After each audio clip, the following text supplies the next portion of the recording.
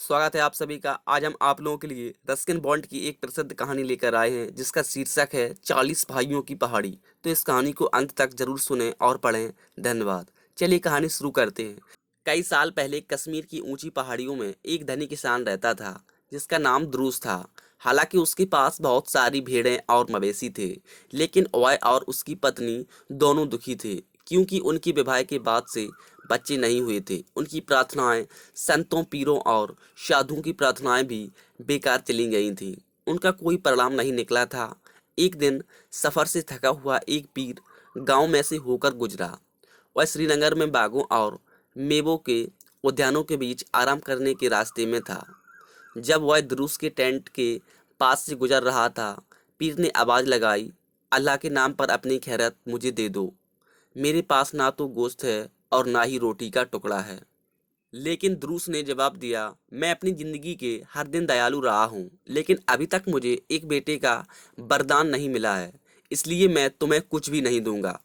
जिसे मन्नत ने मना कर दिया उसे कौन मंजूर कर सकता है। पीर ने निढाल होते हुए कहा और दूसरे टेंट की तरफ चल दिया।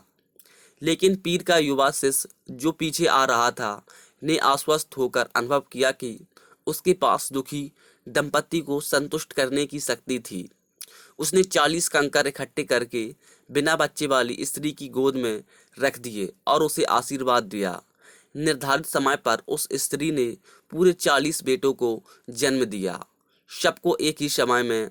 द्रूस बहुत परेशान और चिंतित हो गया। उसे विश्वास हो गया कि वह इतने सारे बच्चों को नहीं पाल सकेगा। हम 40 बच्चों के लिए रोटी नहीं जुटा सकते, वह अपनी पत्नी से बोला। इसलिए एक चीज है जो हम कर सकते हैं, अपनी पसंद के एक लड़के को रख लें और शेष 39 लड़कों को जंगल में ले जाएं और उनको वहीं छोड़ दें। हमारी कठिन परिस्थिति से निकलने का और कोई रास्ता नहीं है। इसलिए एक को छोड़कर सभी बच्चे पहाड़ों पर ले जाए गए और भेड़ियों की दया पर वहीं छोड़ दिए गए। उन्हें मरने के लिए छोड़ दिया गया था। लेकिन एक दिन पहाड़ियों में अपनी भेड़ों के झुंड को चराते हुए एक गड़ेड़िए को एक हिरण का खास व्यवहार उन चट्टानों और बोल्डरों की तरफ ले गया जिन्होंने एक कंदरा का मुख बंद कर रखा था। वहां उसने पाया कि बहुत बड़ी संख्या में बच्चे जंगली ट्यूलिपों के बीच में खेलते हुए इधर से उधर दौड़ रहे हैं। गरड़िया लड़का डर गया। ये बच्चे कौन हो सकते हैं? उसने आश्चर्य से सोचा, ये इस निर्जन इलाके में कैसे आए? शाम को उसने अपने अनुभव के बारे में अपने पिता को बताया और वह खबर ऐसे फैली जैसे उसे हवा ने फैलाया हो। अंततः यह बात द्रूस तक भी पहुंची। वह फौरन समझ गया कि उस निर्जन क्षेत्र में खेलने वाले बच्चे उसके अपने थे। कई महीनों से वह पछता रहा था और दुखी था, लेकिन अब वह खुशी से झूम उठा। वह उस पहाड़ी की तरफ दौड़ा जहां उन्हें देखा गया था। उसने वहां देखा कि वे नन्हे नन्हे बच्चे जंगली जैतून और पिस्ता के पेड़ों के बीच छुपा छुपी खेल रहे थे। सभी बच्चे एक दूसरे से मिलते थे और बहुत सुंदर थे, लेकिन अजनबियों से शर्माते थे। जब द्रूस उनसे बोला तो वे दौड़ गए और खुद को गुफाओं में छिपा लिया। उसने एक दिन और एक रात उसका इंतजार किया, लेकिन वे अपने छुपने के स्थान से बाहर नहीं आए।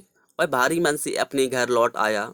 उसकी पत्नी, जिसका दिल अपनी खोई हुए बच्चों की चाय में दुखी हो रहा था, ने एक अन्य पीर से सलाह ली, जिसने कहा, उनके भाई को ले जाओ जिसे तुमने अपने पास रख लिया था।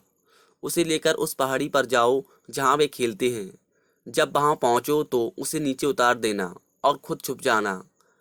ममता से अभिभूत माँ ने ठीक वैसा ही किया जैसा उससे कहा गया था, और सच में वही हुआ। बच्चे उसके प्यारे बेटे के साथ खेलने के लिए बाहर निकल आए। नन्हे अजनबी और उसकी मधुर आवाज़ से आकर्षित होकर वे उसके पीछे पीछे अपनी माँ के पास आ गए, जिसने उन्हें गले से लगाया और उन्हें मिठाइयाँ दी, और जल्दी ही बिना किसी कठिनाई के वह उन्हें उनके घर लाने में सफल हो गई। द्रूस बच्चों को वापस पाकर इतना खुश था कि उसने गरीबों को उपहार और भोजन बांटा और गांव में संगीत तथा भोज का आयोजन हुआ। उसने सभी 40 बच्चों को नमाज अदा करना और पवित्र किताबें पढ़ना सिखाया। लेकिन अल्लाह का फरमान यह था कि देवदूत अजराइल एक ही समय में 40 की सांसें ले लें। सारे 40 बच्चे अचानक एक ही दिन मर गए। पूरे गांव में मातम छा गया और लगातार 3 दिन और 3 रात तक दुआएं की गईं। अंतिम संस्कार में भाग लेने आए अनेक मित्रों के लिए भोजन तैयार किया गया। उसके बाद 40 भाइयों को उस पहाड़ी पर ले जाया गया जहां वे पाए गए थे, और सुनसान क्षेत्र में उसी पहाड़ी पर उन्हें दफना दिया गया जहां वे जंगली ट्यूलिपों के बीच खेलते थे।